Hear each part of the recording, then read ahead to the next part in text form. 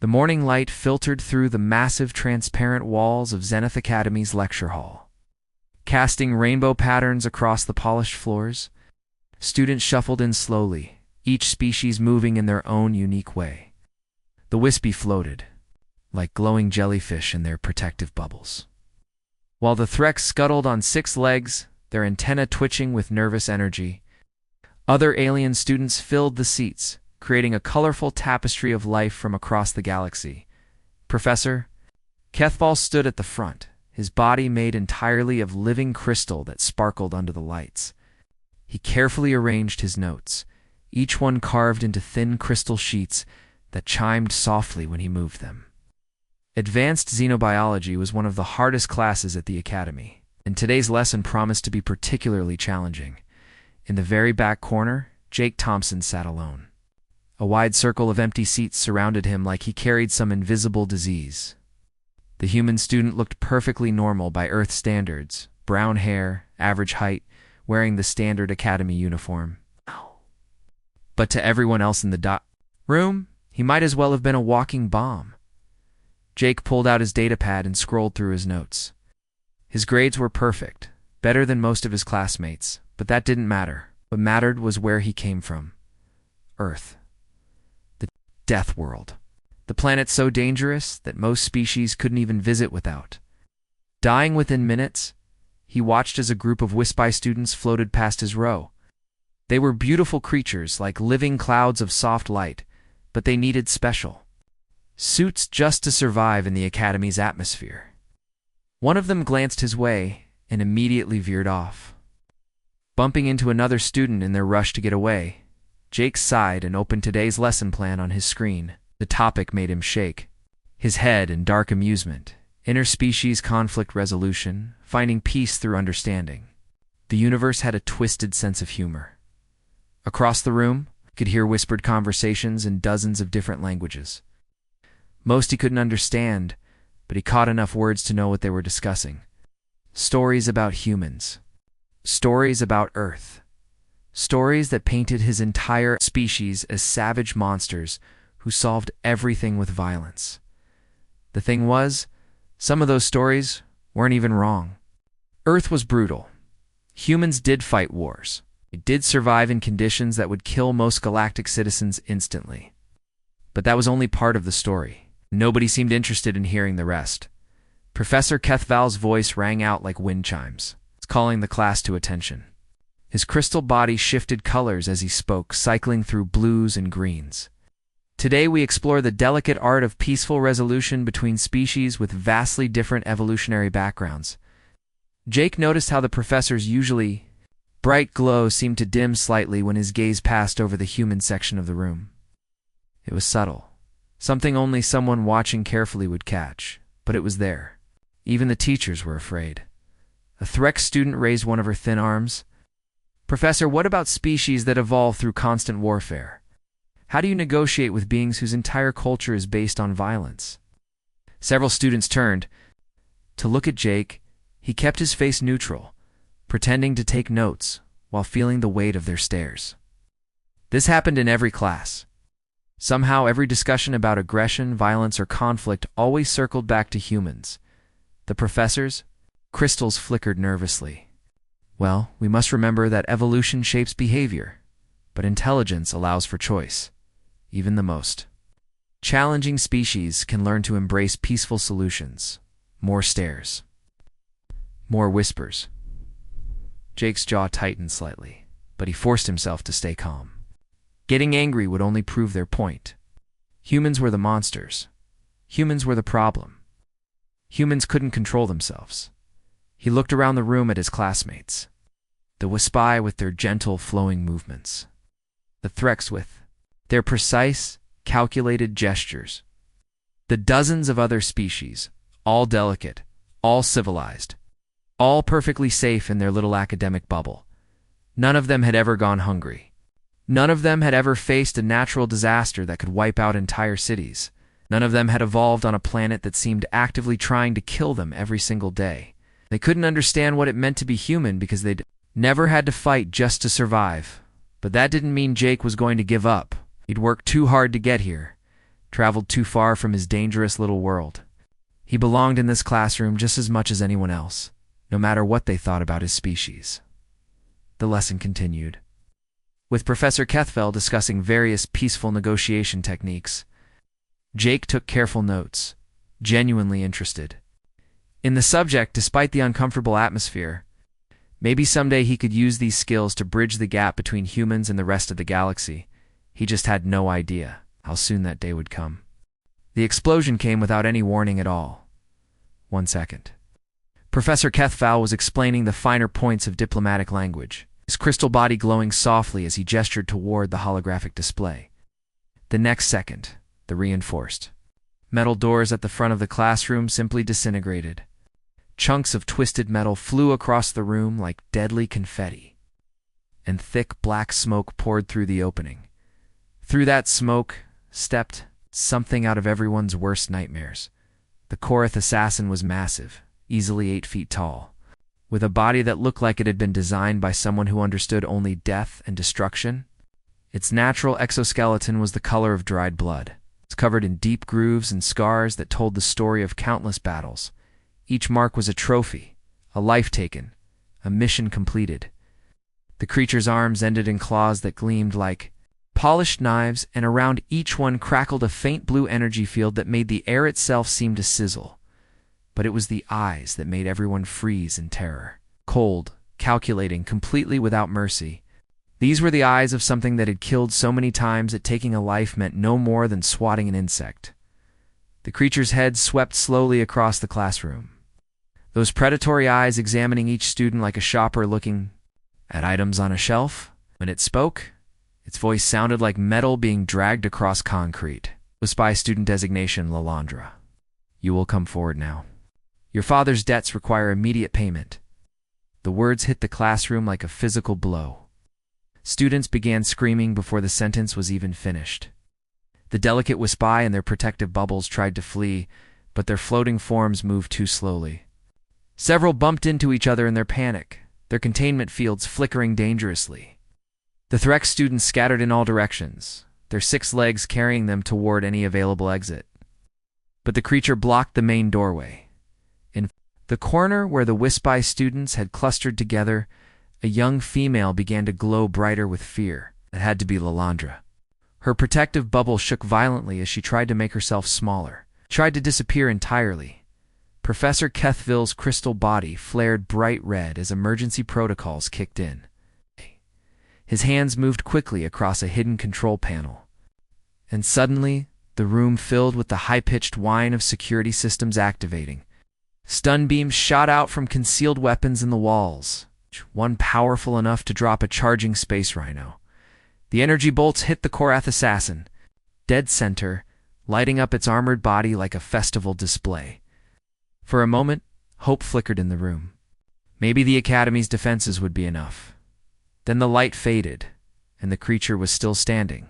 Not only standing, but completely unaffected. It looked down at the scorch marks on its armor with what might have been amusement. It said simply. The assassin began walking forward, and with each step, the classroom erupted into fresh chaos. Desks and chairs weren't just pushed aside, they exploded into splinters under the creature's casual swipes. Its claws cut through the reinforced furniture like a hot knife through butter, sending chunks of metal and plastic flying in all directions. Students dove for cover behind anything they could find. But there wasn't much that could stop those energy-charged claws. A Threx student's hiding spot behind a desk disappeared in a shower of sparks and debris. The creature wasn't even trying hard. This was just what happened when something that deadly moved through a space designed for soft, civilized beings. Lalandra's terrified glow grew brighter as the assassin approached her corner. Her protective bubble was all that stood between her and those razor-sharp claws. But everyone could see it wouldn't be enough. The containment field was designed to keep a fragile being safe from normal atmospheric conditions, not from a professional killer. That's when every eye in the room turned toward Jake Thompson. The human was the only one not running. He's not screaming, not trying to hide behind inadequate furniture. He sat in his back corner seat, surrounded by the same empty space that had isolated him since the day he'd arrived at the academy. But now that isolation looked different. Now it looked like the distance between a predator and prey. Everyone expected one of two things.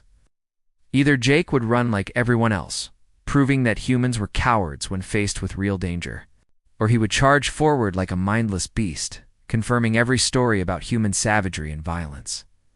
What Jake actually did surprised everyone so completely that even the Korath assassin stopped moving. Jake stood up slowly, his movements careful and deliberate. He raised both hands in a gesture that could have meant surrender or could have meant something else entirely. Then he opened his mouth and began speaking. But he wasn't speaking in Galactic Standard, the common language everyone used at the Academy. He wasn't speaking in English. It's a harsh human tongue that most species found difficult to understand. He was speaking in perfect, fluent Korath, the ancient warrior language that was supposed to be impossible for outsiders to learn. The classroom fell completely silent except for Jake's voice, speaking words that no one else could understand, but everyone could feel the weight of. Jake's words rang out in the ancient Korath language, each syllable pronounced with a precision that made the massive assassin's head snap toward him in shock. The sounds were harsh and guttural, nothing like the smooth flowing languages most galactic species preferred, but Jake spoke them as if he'd been born to the warrior tongue. Honored hunter of the third Talon, your skill in breaching these defenses brings glory to your clan. The effect was immediate and dramatic. The Korath's raised claw, which had been moving toward Lalandra's protective bubble with lethal intent, froze completely in midair. The creature's scarred head tilted slightly. For the first time since entering the room, something other than cold calculation appeared in those predatory eyes. Surprise, complete and total surprise. In all his years of hunting, through hundreds of contracts and countless kills, no prey had ever spoken to him in the old tongue. No victim had ever used the proper ritual greeting reserved for warriors. Most species couldn't even pronounce Korath words correctly, let alone understand the complex honor codes. Built into the language itself, the assassin slowly turned away from the cowering Wispi girl, his full attention now focused on the human who had just done the impossible. You know the old tongue, soft flesh? The creature's voice carried a mix of curiosity and wariness. The term soft flesh wasn't exactly an insult in Korath culture. It was simply their word for species without natural armor. But coming from a professional killer, it sounded ominous. Jake took a step forward, and the entire classroom seemed to hold its breath. His classmates, pressed against the walls or hidden behind broken furniture, watched in terror as the human moved closer to the deadly predator. They expected him to be torn apart at any second. I know honor when I see it, Jake replied, in the same ancient language, his voice steady and calm. And I know the burden you carry. This hunt brings you no joy. The Korath's claws twitched, energy crackling around the razor-sharp tips. The creature was clearly uncomfortable with this turn of events. Prey wasn't supposed to understand. Its victims weren't supposed to see beyond the monster. You speak of things beyond your understanding, Deathworlder. The word Deathworlder in Korath actually carried more respect than the same term in Galactic Standard. In the warrior culture, surviving a dangerous world was seen as a mark of strength, not savagery. But Jake caught the subtle challenge in the assassin's tone. Do I? Jake's response was calm, almost conversational. Then he said something that made the creature's entire body go rigid. Your armor bears the marks of reluctant service, not eager hunting. Your clan symbol is partially scraped away, sign of shame, not pride. Someone else holds your leash. The silence that followed was deafening. Professor Kethvel's crystal body had gone completely colorless with shock. The other students stared in amazement as their savage human classmates spoke with the deadly assassin like he was reading from a textbook. But Jake wasn't guessing. He'd spent years studying Korath culture, learning their language not from academic texts, but from actual warriors who'd found their way to Earth. He knew that the scratches on the creature's armor told a story. Fresh battle scars were worn with pride, but the old marks that had been deliberately dulled spoke of fights. The warrior wished to forget. The clan symbol on the assassin's chest plate should have been polished to a mirror shine, displayed proudly for all to see. Instead, it was partially scraped away, the edges worn down.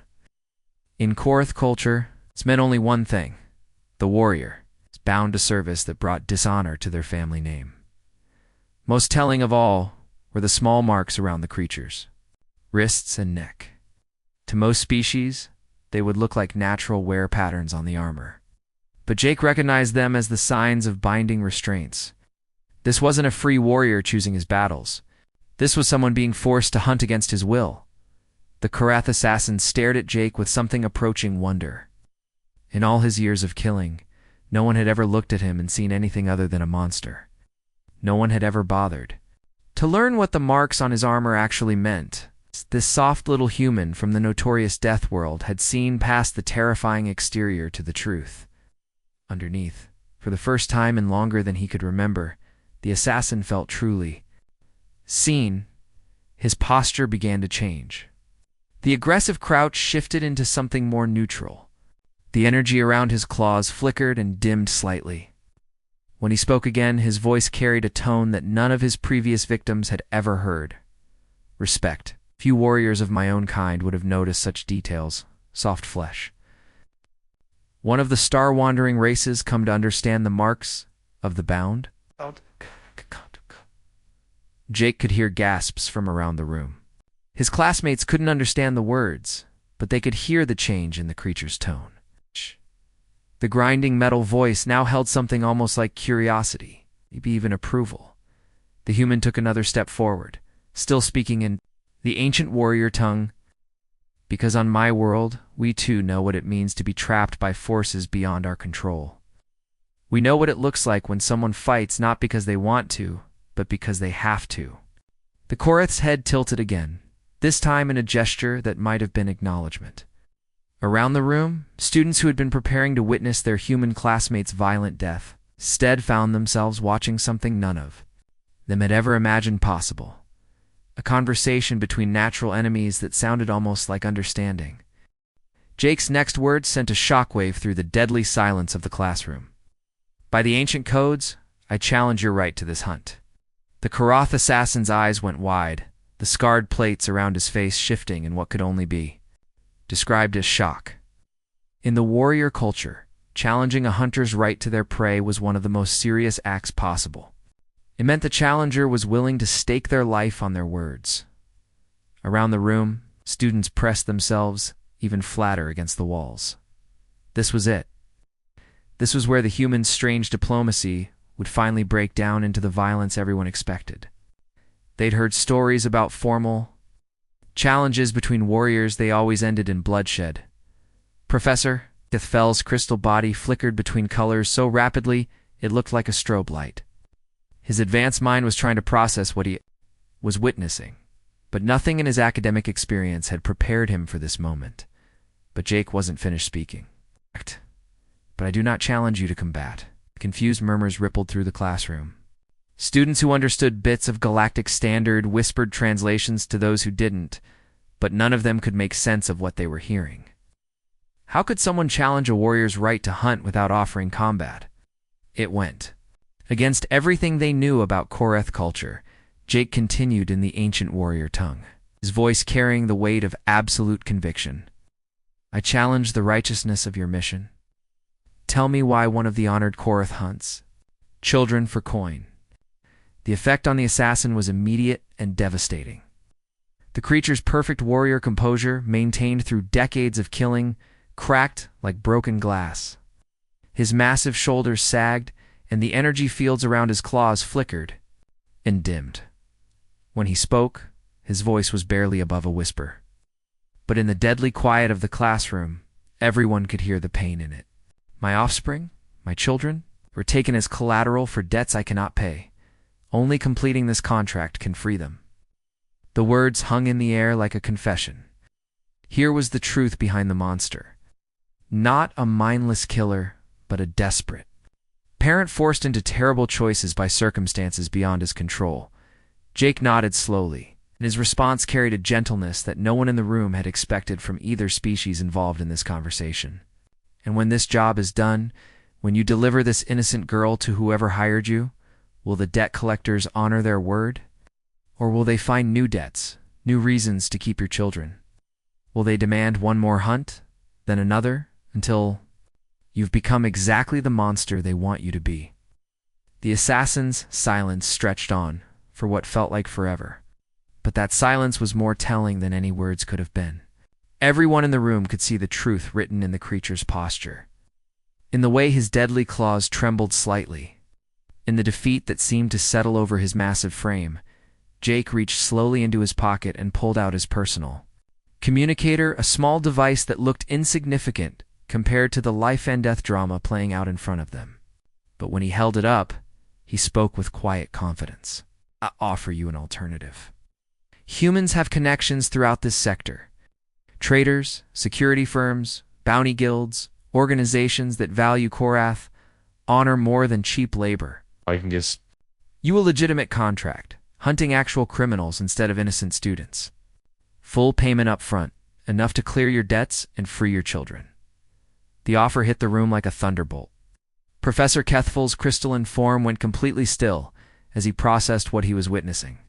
The human student he'd been unconsciously afraid of, the savage Deathworlder everyone avoided, was negotiating with a professional assassin not through threats or violence, but through hope. The Korath stared at the small communicator in Jake's outstretched hand like it was some kind of magical artifact. His claws, which had been steady as surgical instruments just minutes before, now trembled with something that might have been possibility. "You would do this for strangers? For prey?" Yes. The assassin's voice carried a mixture of disbelief and desperate hope. Jake's response was simple and direct. "Because it's the right thing to do. Because you're not really a killer. You're a parent trying to save your kids. And because everyone deserves a chance to choose their own path." Around the room, students watched in amazement as their understanding of both humans and Korath shifted completely. They'd expected violence, expected the savage Deathworlder to either run or fight. Instead, they were witnessing something none of their species had ever achieved: a peaceful resolution to what should have been a deadly situation. The assassin looked from the communicator to Jake's face, searching for some sign of deception, some hidden trap. But all he saw was genuine sincerity, the kind of straightforward honesty that his warrior culture valued above almost everything else. "These contacts of yours," the creature said slowly, "they would truly pay enough to free my offspring?" "More than enough," Jake replied. "And the targets would be criminals who actually deserve hunting, not innocent students trying to get an education." The Korath's breathing changed, became deeper and more steady. For the first time since entering the classroom, he looked like something other than an instrument of death. He looked like what he really was, a desperate father who had just been offered the first real hope he'd seen in years. Very slowly, with movements that seemed almost reverent, the assassin reached out toward the offered communicator. It's deadly. Claws retracted slightly, the energy fields dimming to almost nothing. "You would trust me with this information, soft flesh, even knowing what I am, what I have done?" Jake's smile was gentle but firm. "I trust you to love your children more than you love killing. Everything else we can work with." The transformation took exactly 3 hours and 17 minutes. Jake had spent that time on his communicator, speaking in rapid bursts to contacts across the galaxy. His classmates watched in fascination as he switched between languages, sometimes English, sometimes Galactic Standard, and occasionally other tongues they didn't recognize. The Korath assassin stood perfectly still during the entire process, like a statue carved from living armor. But his eyes never left Jake's face. Professor Kethful had quietly dismissed the security teams that had surrounded the building. There's no point in having armed guards anymore. The most dangerous being in the room was now working with them instead of against them. When Jake finally closed his communicator and looked up, the change in the room was immediate. The Korath's posture had shifted from the aggressive crouch of a predator to something almost resembling hope. His claws had fully retracted, and the deadly energy fields around them had completely disappeared. "It's done," Jake said in Korath, then repeated it in Galactic Standard for everyone else. "The Meridian Security Consortium is offering you a contract to hunt down a war criminal named Vex Darkbane. It's been hiding in the Outer Rim for 6 years. The bounty is worth 3 times what you were being paid for this job, with half the payment transferred immediately. The assassin's entire body seemed to deflate with relief. My children will be released within the hour. I've already contacted the debt collectors. They're being paid in full, plus interest, plus a little extra to make sure they never bother your family again. Jake held out the communicator, now loaded with all the contract details and contact information.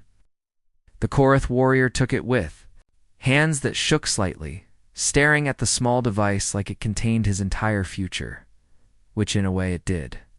I do not understand, the assassin said quietly. Why would you do this for one such as me? I came here to take a life, to destroy innocence for money. Jake's answer was simple and direct, because everyone deserves a second chance, even professional. Killers who are just trying to save their kids. Korath straightened to his full height, and suddenly he didn't look like a monster anymore. He looked like what he had always been underneath the armor and scars, a father who would do anything to protect his children, with movements that seemed almost ceremonial. The assassin placed his right claw over his heart in what Jake recognized as a formal Korath salute of honor. Then he turned and walked toward the shattered doorway, his heavy footsteps no longer carrying the sound of approaching death. He paused at the threshold and looked back one final time. Soft flesh warrior, he said. In his own language, you have given me back something I thought was lost forever. If you ever have need of my services, you need only call. Then he was gone, leaving only the memory of his footsteps echoing down the corridor. The classroom remained absolutely silent for a long time after those sounds faded away. Students who had been cowering in terror just hours before now sat in stunned amazement, trying to process what they had witnessed. Professor Kethval was the first to speak, his crystalline voice shaking with emotions his species rarely expressed. How did you know? How could you possibly have known that creature could be reasoned with? Jake walked slowly back to his seat in the corner, suddenly looking exhausted. The adrenaline that had carried him through the confrontation was wearing off, leaving behind the full weight of what had just happened. He slumped into his chair and rubbed his temples before answering. Because on Earth we have a saying, hurt people hurt people. When someone lashes out, when someone becomes violent or cruel, it's usually because they're in pain themselves. I've seen enough of it to recognize the signs, even when they're hidden behind armor and claws. Landra, the Wisp-Eye student, who had nearly become a victim, floated forward in her protective bubble. Her ethereal voice was barely above a whisper, but in the quiet room everyone could hear her clearly. We thought humans were the dangerous ones. We thought you were all violent savages from a death world. Jake looked up at her, and his smile was tired but genuine. We are dangerous, but not in the way you expected. We're dangerous to despair, to hopelessness, to the idea that violence is the only solution when things get bad. A Threk student clicked nervously from across the room. What do you mean? Jake leaned back in his chair, looking around at all the faces. Some alien, some barely recognizable as faces at all, that were focused on him with genuine curiosity instead of fear for the first time since he'd arrived at the academy. Earth is a brutal place, he said simply. Every single human who makes it to adulthood has survived things that would kill most of you within hours. Natural disasters, predators, diseases, wars, famines, we've been through it all. We've been through hell literally by your standards. He paused, gathering his thoughts. But here's what we learned in those fires that other species haven't had to discover yet. Sometimes the strongest thing you can do is choose not to fight. Sometimes understanding someone, really seeing their pain and fear and desperation is more powerful than any weapon. It doesn't make you weak. It makes you unstoppable. A long silence followed his words. Students looked at each other, then back at Jake. As if seeing him clearly for the first time, Professor Kethval's crystal form began to glow brighter, cycling through colors that indicated deep thought and new understanding. You saved that Wisp-Eye student's life today. But more than that, you saved that Korath warrior's soul. Jake shrugged, uncomfortable with the praise. I just gave him what everyone deserves, a choice, a chance to be better than his worst moment. From that day forward, everything changed. At Zenith Academy, the story spread quickly through the campus, then throughout the sector, then across the galaxy. The human student who had faced down a professional assassin, not with violence, but with compassion. The Deathworlder, who had seen past the monster to the person. Underneath, students stopped avoiding Jake's corner of the classroom. They started asking him questions, seeking his perspective, learning from the wisdom that had been forged in Earth's unforgiving crucible. Other species began to understand that humanity's reputation for violence was only half the story. The other half was their capacity for hope. Jake Thompson had become something no one expected, a bridge between worlds, a translator not just of languages but of hearts and minds. He had shown the galaxy that the most dangerous humans weren't the ones who chose to fight. They were the ones who chose to understand.